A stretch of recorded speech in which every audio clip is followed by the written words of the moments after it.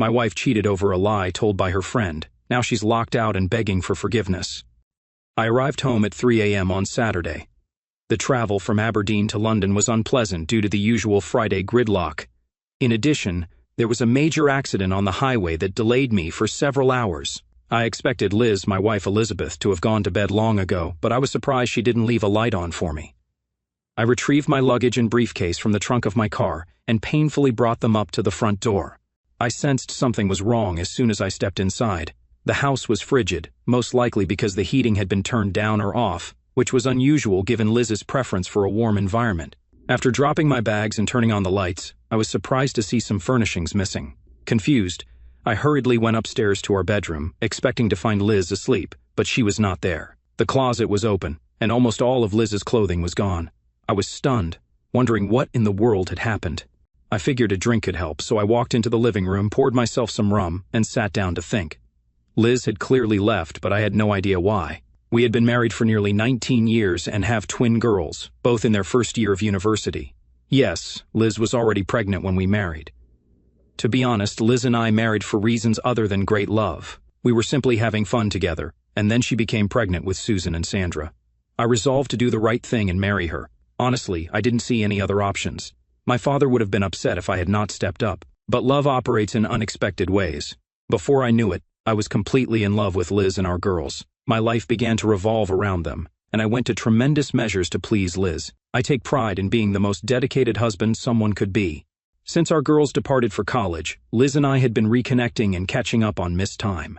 However, our marriage was not flawless. Elizabeth had a strong personality, and I often went along with her wishes to avoid conflict. For the most part, I was satisfied with our lives together. But now it appeared I had been duped, or at the very least, Liz was dishonest. She appeared to have left me, but I had no idea why. She constantly professed her love for me, and we even discussed how unlikely our marriage would have been if she hadn't been pregnant. Yet, we both thought it was the best thing that had happened to us, falling passionately in love over the years. Now, it appeared that one of us had reconsidered. My emotions got the best of me, and rage seized control. I started pacing the room, then walked outside to the garden for a smoke. Liz disliked the smell of my tobacco indoors, so I would always smoke outside. After 10 minutes, the realization that Liz might never be around to complain again struck me, but I still finished my pipe outside. When I got back inside, I found a letter on the kitchen table addressed to David. I paused and stared at it briefly. Liz penned the letter, and she was clearly angry with me. She only calls me David when she is upset. While sitting down, I was hesitant to open the envelope, fearing what it could say. I finally opened it and read her furious words. She accused me of lying and cheating and announced that she was leaving me. She accused me of being unfaithful with someone much younger and promised to take everything from me during the divorce. Liz was so unhappy that she threatened violence against the lady she suspected I was engaged with. She made it apparent that she thought I hadn't given our girls any consideration. She urged me to find a new place to live since she intended to take the house in the divorce. Elizabeth, that is fascinating, I said to myself. I was curious about the person Liz was accusing me of being with. I believe a communication error occurred. I don't fit the profile of a cheater. If I were that sort, I would have left Liz when she became pregnant, but I value my possessions too much to risk losing them. Sure, I've been tempted like any other man, but I've always been conscious of what's important and acted responsibly. Nonetheless, Liz appeared sure that I was disloyal, so what was I supposed to do? The only sensible thing to do at the moment was to go to bed. I had been awake since early Friday morning and was now in the early hours of Saturday. I usually keep my emotions in check, a characteristic that has benefited me well professionally. I assumed that once I understood the situation, I would be able to reassure Liz that she was mistaken. However, sitting in bed, sleep eluded me as doubts crept in. Why didn't Liz address me immediately if she suspected infidelity? That made me wonder whether she had expected me to cheat. People frequently expect others to act in the same way they would. Wait a minute, let me think about this. Could Liz have suspected me of cheating because she had been unfaithful, and then for some reason she began to suspect me too? That thought made me jump out of bed. This was serious. Before I realized it, I searched the entire house for any indication that Liz had been cheating. I turned her sewing room upside down, but there was no point in going through her bedroom drawers because they were already empty. I then moved on to the computer. It didn't take long to break into her email, and I spent hours going through her internet history. It was an enormous waste of time, but I felt compelled to do it. The only thing I found was her search for a divorce lawyer the previous Thursday. However, there was no indication that she actually contacted anyone. That's when I had a clever notion. To win a battle, sometimes you have to strike first. It was a long shot, but I decided to email the law firm she appeared to have chosen, claiming to need their services for my own divorce case. I figured there was a slight chance she hadn't contacted them already. It turned out I was correct. They responded within minutes, urging me to come in as soon as possible, so I did exactly that. By 10 a.m. that Saturday, I was at their office with a check in hand, hiring Maria Granite to be my lawyer. Liz probably didn't realize that some lawyers work on Saturday. After I explained what I discovered at home and showed her the letter, Maria, my lawyer, inquired whether I had ever been unfaithful in my marriage. I assured her that I loved my wife and hadn't done anything to jeopardize our marriage. Maria told me to remain calm, find out where Liz had gone, and speak with her, believing that it could all be a major misunderstanding that we could overcome through discussion. I went back home and began searching for Liz. I called her parents and brother, but they hadn't heard from her and confirmed she was not with them.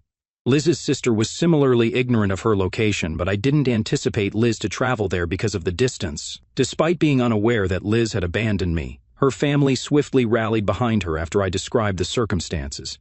The next call was to Liz's friend Rose, which I was dreading but knew was vital. Rose, who has been divorced twice, is known for being unpredictable, ranging from sweet to angry in an instant. Liz and Rose have been friends since they were in school, and Rose, known for her attractiveness, would spend time with Liz when she wasn't with one of her boyfriends. Liz and I would laugh about how she frequently finished her girls' nights needing a ride home because Rose had found companionship. I had always trusted Liz despite her connection with Rose. As soon as Rose met a new man, Liz would ask me to come get her. I called Rose, and she immediately started giving me a hard time, confirming my guess that Liz was present. Rose maintained she was not. Frustrated, I ended the call. The familiar sensations of rage and confusion returned, so I went outside to calm down with my pipe. After gathering my thoughts, I concluded Liz was attempting to irritate me by leaving without explanation, but I determined not to let that affect me. I had done nothing wrong by participating in Liz's games. I called our twin children, who were astonished to learn their mother had left. I reassured them that I had done nothing to cause Liz to depart and suggested she might be at Rose's. I even told Liz she could stay for as long as she wanted. The girls assumed it was all a big misunderstanding and that their mother would realize her error soon. I knew I shouldn't have included them, but I was caught up in the moment and hoped they'd talk reason into their mother. Then, I went to the garage and dug around. When we initially bought our house, I replaced all the outdoor lock barrels for 2 reasons. We weren't sure we had all the original keys, and I wanted a single key for all the doors for simplicity. A Euro lock barrel replacement is a quick process. I restored all the lock barrels to their original condition, then fastened the garage door so it couldn't open. Liz decided to leave, so she was out for good and couldn't return. While I was working on the garage door, old man Blake from across the street came by. He and his wife are nosy, so I assumed they noticed Liz moving stuff and wanted to know what was going on. I didn't say anything to him, but he remembered seeing a rental truck on Friday morning and some individuals taking items out, including Liz and a woman. Liz drove away in her Volvo while the woman left in a pink VW Beetle, definitely Rose's car. That nightfall, I ensured that no one could look inside the house from the bottom floor by pulling all the drapes and closing the garage window blinds. But I could see outside fine from the second story, thanks to our security CCTV system, which I built to make Liz feel safer when I wasn't at home. I called Rose again, and she immediately denied Liz was with her, calling me names and claiming she would not give me Liz's whereabouts even if she knew. I quietly requested her to send Liz a message if she spotted her.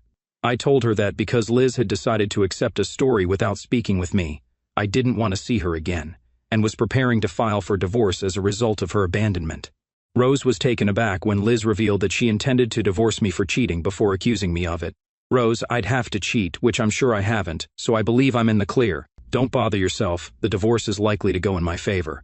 Liz decided to leave me. She even left a letter stating her intention to leave, which my lawyer feels is sufficient proof. But Rose slipped up, starting to express something personal before switching to accusing me. I hung up and disconnected the phone. I was intrigued by Rose's slip-up, which led me to suppose she witnessed me with another lady. Would Rose convey my exact words to Liz? Might this make Liz reconsider her decision? After hanging up, I cooked myself dinner and glanced outside when it was dark to ensure privacy. Liz wanted to play games, and I was eager to join them. Later, I noticed Liz's automobile on CCTV, indicating a change in her plans. She and Rose sat in the car, likely planning their next move.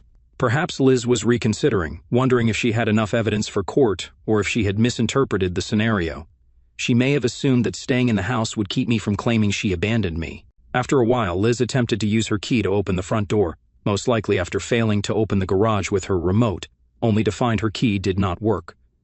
Liz rang the doorbell many times and called for me through the mail slot. Rose stepped out of the Volvo and joined her. I could hear them chatting, but Rose's suggestion to try another door was the only thing that was clear. They walked away from the camera's view, and I soon heard them at the kitchen door, then the patio door, which is very near to where I was. Before I knew it, they were back at the front door. Liz attempted to open the garage door manually after the front door refused to budge, but soon gave up.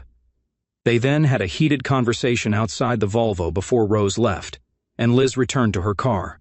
Liz appeared to phone regularly over the next 30 minutes but did not speak with anyone, probably ringing the house phone, and I had turned off my phone.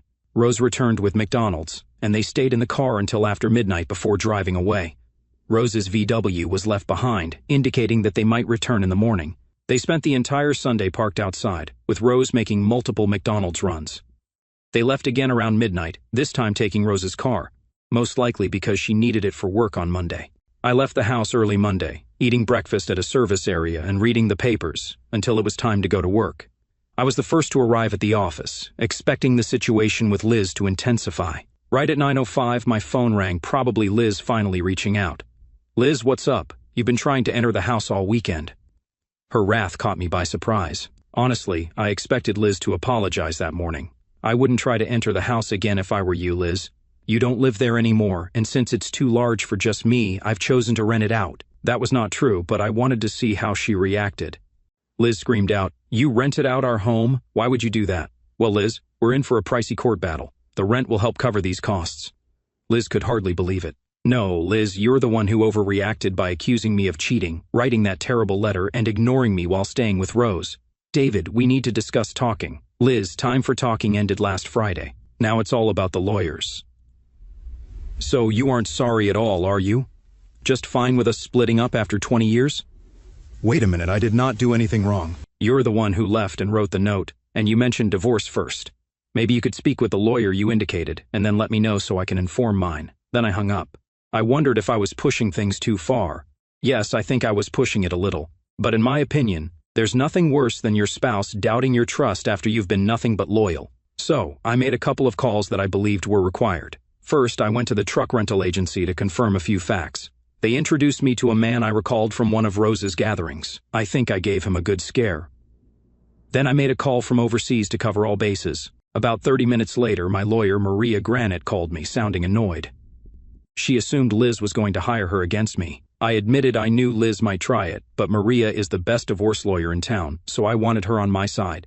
Maria informed me that she had referred Liz to another firm, which was also high quality but expensive. I joked about finding a lawyer that wasn't pricey, and Maria reminded me, I'm free to comment on my money how I see fit.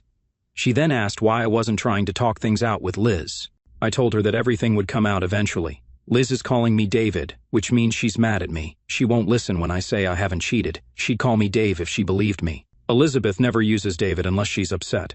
I don't get your point, but you guys really should talk. I'm open to talking when she's ready to listen, but I've got some big questions for her, and if I don't like the answers, we'll be heading for a divorce.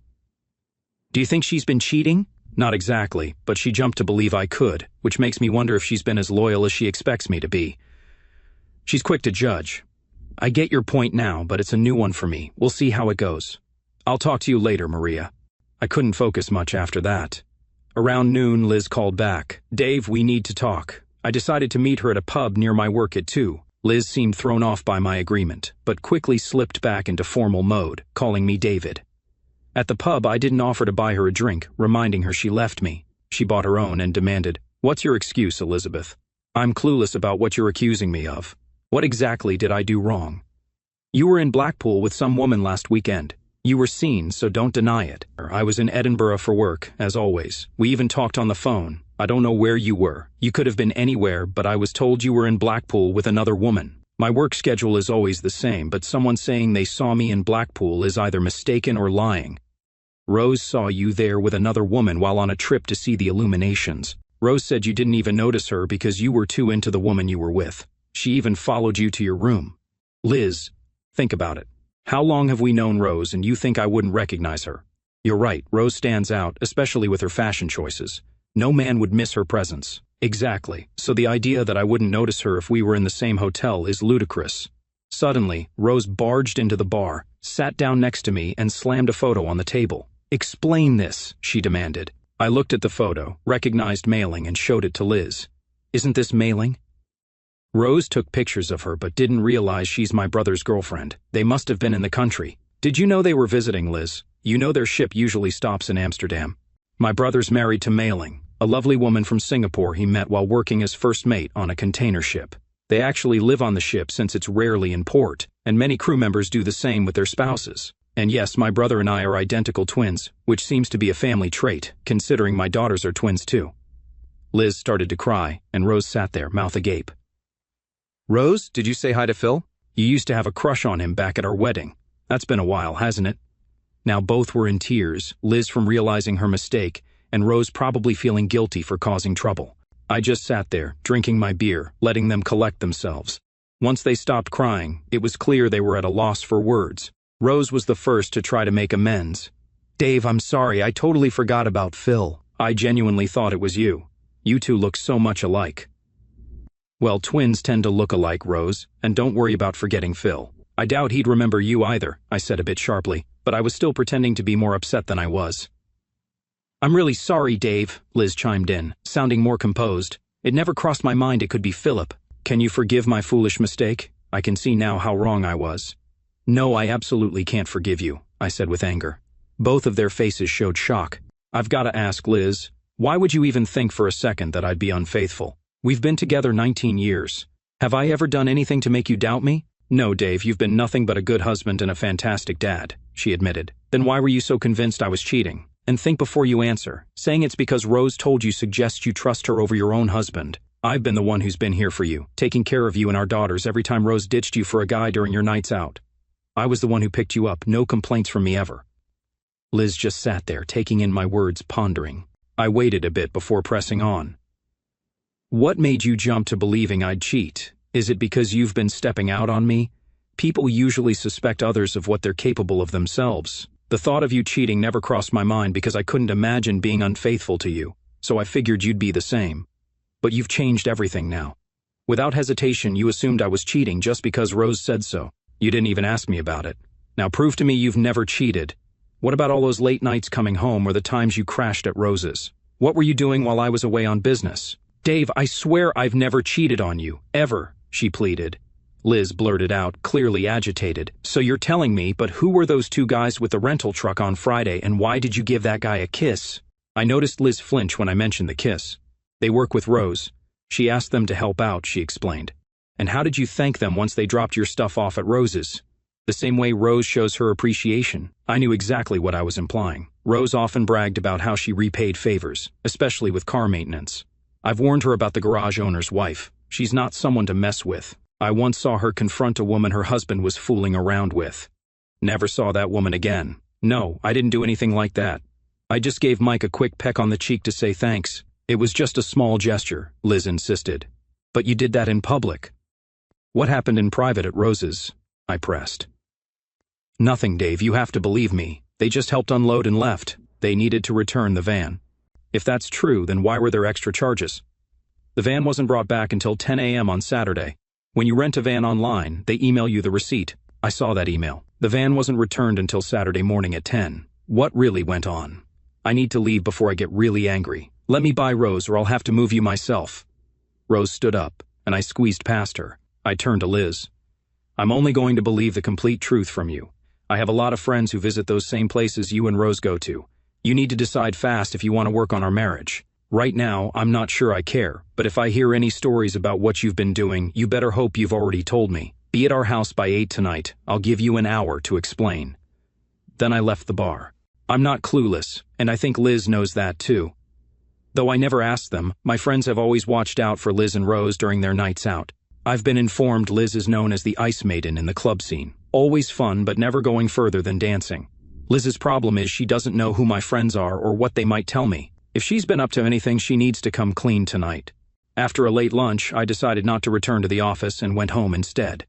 The answering machine was blinking with messages when I got in. Liz had left a couple of messages before calling my office, wondering where I was and why she couldn't get into the house.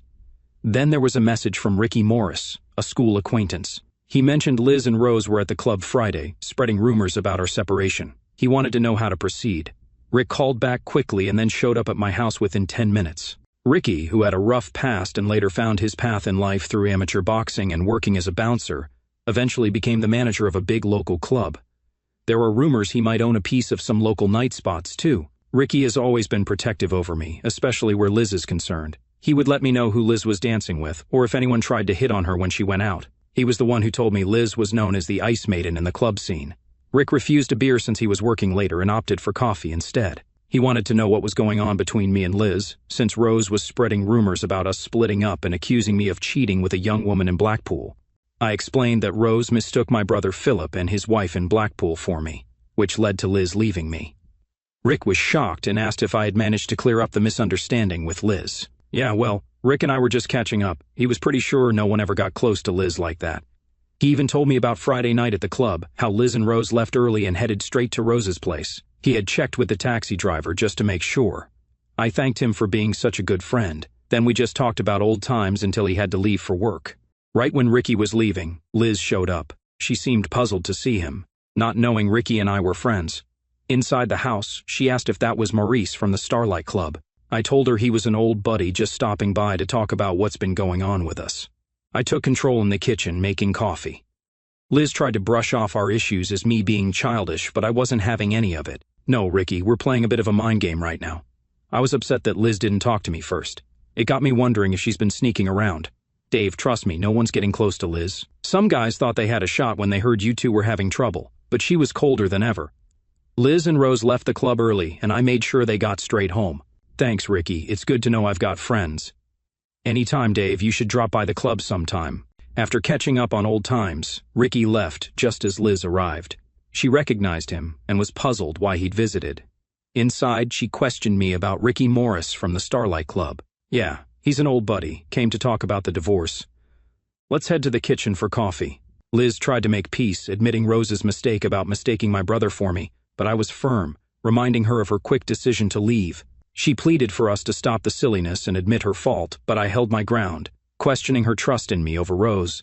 Liz confessed to acting hastily out of anger and sought to return home, but I was wary, questioning the depth of her trust in our future. You're right, I went too far.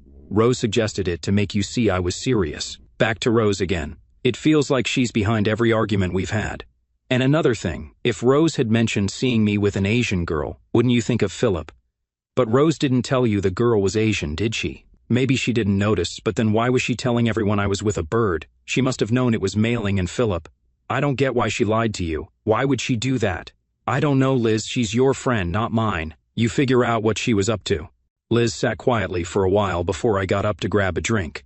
Can I have one too? She asked. After I handed her a drink, she asked me something serious. Have you ever hit on Rose since we got married? Me make a move on Rose? Are you kidding? Why would I do that? God only knows what diseases she doesn't care about catching. She's never been picky. And about Fran Cooper, your old secretary, Fran, are you crazy? You've seen her husband. Do you think I have a death wish? So, you've never flirted with Rose, and there was nothing between you and Fran. Don't be ridiculous. Why do you ask? Have you really never kissed Fran, besides at Christmas parties? We all kiss under the mistletoe. You're being silly again. Mixing business with pleasure is a mistake, and I've always been content with what I have at home. Damn, I've been such an idiot. I avoided commenting on that, but she'd lost more than she realized. Liz looked like she needed comfort, but I kept my distance, still playing the victim. Then she started to cry, and I couldn't resist comforting her. Eventually, she stopped and asked if I'd ever done anything I regretted in our marriage. What do you think? Why would Rose say she saw you with Fran? You should ask her that. She's your friend, not mine. No, she's not my friend, not after this. I realize now that all my doubts about you trace back to her. What doubts? I had doubts about you messing around when you were away, and that you and Fran had something going on. Really? Why didn't you ever mention it before? Because I love you. I didn't want to confront it. I hoped you would come back to me. I'd never leave you, Liz. I love you too much. Now I see I should have trusted you. I'm sorry, Dave. I've not been the best wife. Can you forgive me? Well, that's a question for you, not me. Figure out why you doubted me, then you'll know if you can forgive yourself. Liz then called Rose. We're not friends anymore. Don't talk, just listen. You've tried to ruin my marriage. Never contact me again. After hanging up, Liz asked, Can I bring my things inside from the car? No, let's go to bed. I've missed you. No pajamas needed tonight. That night was like a second honeymoon for us. In the morning, I arranged for our furniture to come back from storage, where Liz had put it. We got back to our normal lives, minus the expense of the lawyers and Rose's influence, which was totally worth it. Eventually, Liz learned that before we were married, Rose had a thing for me and wanted to take me from her. I always kept my distance from Rose because she seemed too forward for me. Liz and I are planning to grow old together, communicating more openly now. I hang out at Ricky's club often, but Liz is the real star on the dance floor. We haven't seen Rose since that day. On our anniversary, after one of my trips, Liz met me at the door and led me upstairs. Quickly getting undressed, she pushed me onto the bed and went straight for my belt. Then she started giving me an incredible experience, better than I could ever remember, certainly better than Fran or Rose ever did. Not as great as that lady in Blackpool who looked like Mailing, though. I really lucked out because of the resemblance. Before marrying Liz, I did have a fling with Rose, taking advantage of being a twin. However, Rose was all talk and lacked substance. I suspect she was upset with Phil, thinking it was me who criticized her performance. I've always disliked Rose, and I wonder if she ever realized Phil and I switched places on her. If she did, she kept it to herself. I've always tried to be a gentleman, but I've never claimed to be perfect. We're just a bit more cautious in life now. I sat in Rose's pink VW Beetle, parked across from our house, my house, the one I'd left in a fury just 2 days ago. The street was quiet, the kind of quiet that amplifies every thought you're trying to drown out. My hands trembled as I clutched my phone, debating whether to call Dave, my husband of 19 years, and demand answers or just keep staring at the darkened windows, hoping he'd come out and explain himself. Rose was in the driver's seat, scrolling through her phone, muttering about how she'd always known Dave was that sort. I wanted to believe her, but something in me kept pulling back, like a tether I couldn't quite cut. It started on Thursday, when Rose called me, her voice sharp with that mix of excitement and venom she gets when she's got gossip. "Liz, I saw Dave in Blackpool last weekend," she said. "With some young thing, all cozy, heading into a hotel. I followed them, Liz. He didn't even notice me." My stomach dropped. Blackpool? Dave had told me he was in Edinburgh for work, same as always. We'd even talked on the phone that Saturday night, his voice steady, tired, the way it always was after a long day. But Rose was so sure, so detailed, describing the way he laughed, the way the woman clung to his arm. I didn't want to believe it, but the seed was planted, and it grew fast. I've always known Dave wasn't perfect. We didn't marry for some grand romance. I was pregnant with Susan and Sandra, and Dave, ever the responsible one, did the right thing. His father would have had his head if he hadn't, but over the years I fell for him. Hard. The way he'd stay up late with the girls when they were sick, the way he'd surprise me with flowers after a fight, the way he'd look at me like I was the only woman in the world. Still, there were moments, especially lately, when I felt him slipping away. The girls were off at university, and the house felt too big, too empty. Dave was gone so often for work, and I'd lie awake wondering if he was happy, if he still wanted this life with me. Rose had been my anchor through those doubts. We'd been friends since school, and she always knew how to make me laugh, how to pull me out of my head. But she also had a way of stirring things up. "Men are men, Liz," she'd say, rolling her eyes. "You think Dave's different?" I'd brush it off, but her words lingered. So when she told me about Blackpool, it was like a match to dry grass. I didn't ask Dave. I couldn't. What if he lied? What if he admitted it? Instead, I let the anger take over. I wrote that letter, my pen shaking as I poured out every fear, every hurt. I accused him of cheating, of betraying our girls, of throwing away everything we'd built. I packed my clothes, called Rose, and we rented a truck to move some furniture. My way of saying I was done. But sitting in that car now, watching the house, I wasn't so sure. The anger was still there, but it was tangled up with guilt, fear, and something else. Love, maybe, or just the weight of 19 years. Rose kept talking, saying I was better off without him, but her voice felt like static. I kept thinking about Dave's face, the way he'd look at me when he thought I wasn't watching. Could that man really betray me? I tried the front door earlier, my key useless, and the humiliation burned. He'd changed the locks, my own house, and I was locked out like a stranger. I wanted to scream, to bang on the door until he faced me, but pride kept me in the car. Sunday dragged on, with Rose running to McDonald's and me staring at my phone, willing Dave to call. I didn't know what I'd say if he did. Part of me wanted to apologize, to admit I'd jumped to conclusions, but another part was still furious, convinced he'd done something unforgivable. Rose kept feeding that fire, telling me I deserved better, that Dave was probably laughing at me from inside. But when I saw him on Monday, at that pub near his office, everything shifted. He looked tired, hurt, but also angry in a way I hadn't seen before. "What's your excuse, Elizabeth?" he said, his voice sharp, and I flinched at the name. He only called me Elizabeth when he was mad, just like I only called him David in a fight. I told him about Blackpool, about Rose seeing him with another woman, and he just stared at me like I'd lost my mind. Then Rose stormed in, slamming a photo on the table, and my heart sank. It was Dave, or so I thought, with some woman, laughing, carefree. But then he showed me the photo, calm as anything, and asked, "Isn't this Mailing?" Mailing, Phil's wife, Dave's identical twin brother. The realization hit me like a slap. I started crying, not just because I'd been wrong, but because I'd let myself believe the worst of him. Rose sat there, stunned, and I could feel her guilt radiating. Dave just sipped his beer, letting us stew. "Why would you even think I'd be unfaithful?" he asked, and I didn't have an answer. Not a good one. I mumbled something about Rose, about how convincing she was, but it sounded hollow. He pressed harder, asking if I'd been unfaithful, if that's why I was so quick to judge him. I swore I hadn't, and I meant it. Those late nights with Rose, the times I crashed at her place, they were just me trying to fill the emptiness, not betray him. When he left the pub, telling me to be at the house by 8, I felt like I was drowning. I drove to Rose's, packed my things, and told her we were done. She tried to argue, but I saw it now. Her jealousy, her need to pull me down with her. At the house, Dave was waiting, and for the first time, I saw how much I'd hurt him. I tried to brush it off, to call it a silly mistake, but he wouldn't let me. "You trusted Rose over me," he said, and I couldn't deny it.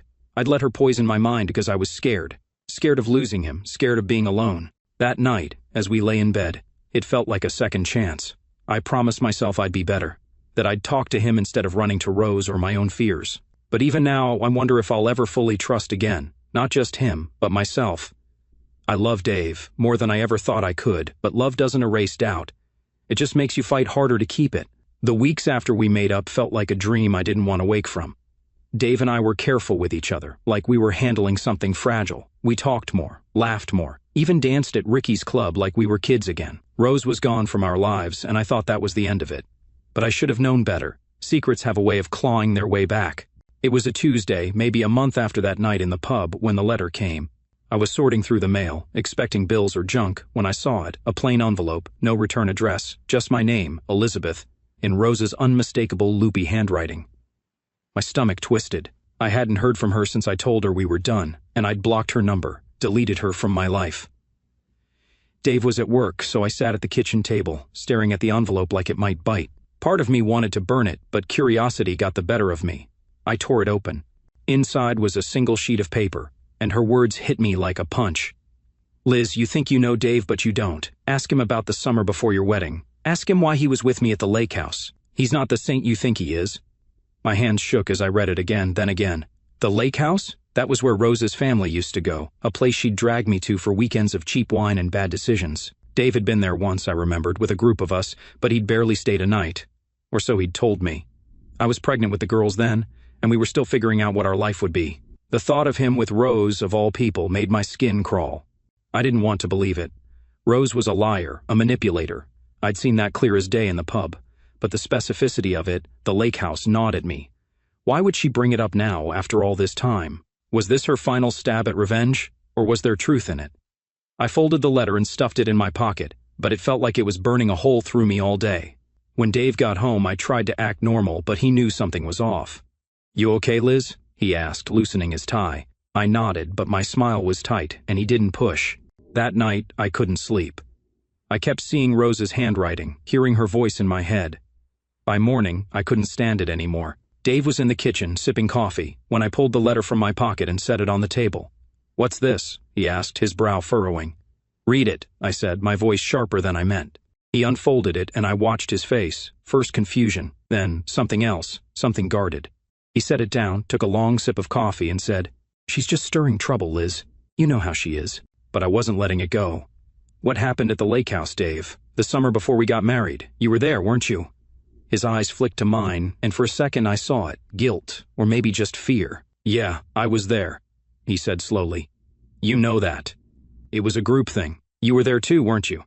I shook my head. "I was 6 months pregnant, Dave. I didn't go anywhere that summer. You told me you went for one night, just to hang out. So why's Rose saying you were with her?" He leaned back, rubbing his face like he was tired of the conversation already. "Liz, this is ancient history. Rose is messing with you. She's pissed because you cut her off, and she's trying to get under your skin." But he wasn't looking at me, and that made my heart race. Dave, look at me. Did something happen with Rose back then? I need the truth. He sighed, heavy, and finally met my eyes. Nothing happened, Liz, I swear. I went to the lake house, had a few drinks, and left. Rose was there, sure, but I didn't touch her. I was with you, pregnant with our girls. Why would I risk that? His words sounded right, but something in his voice wasn't. I pressed harder. Then why's she so sure? Why's she bringing it up now, after 19 years? Dave stood pacing the kitchen, his jaw tight.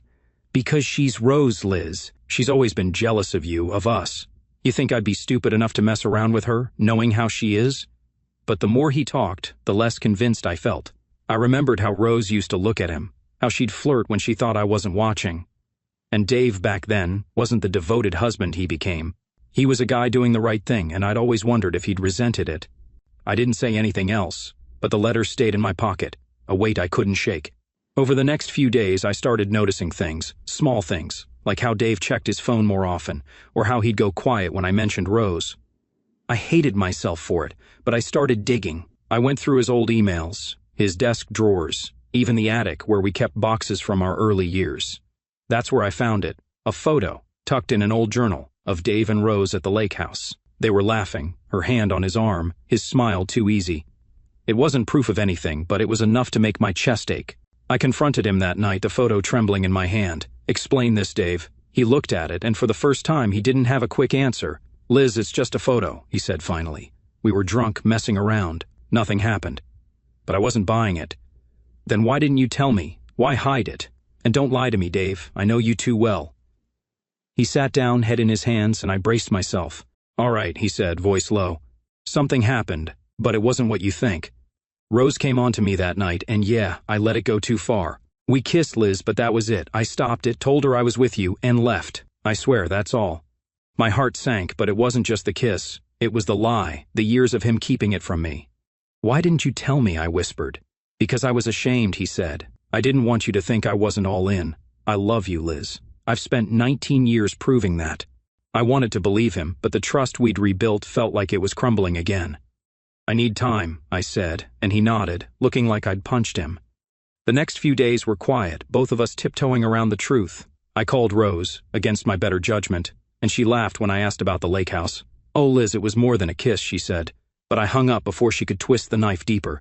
I didn't know who to believe anymore.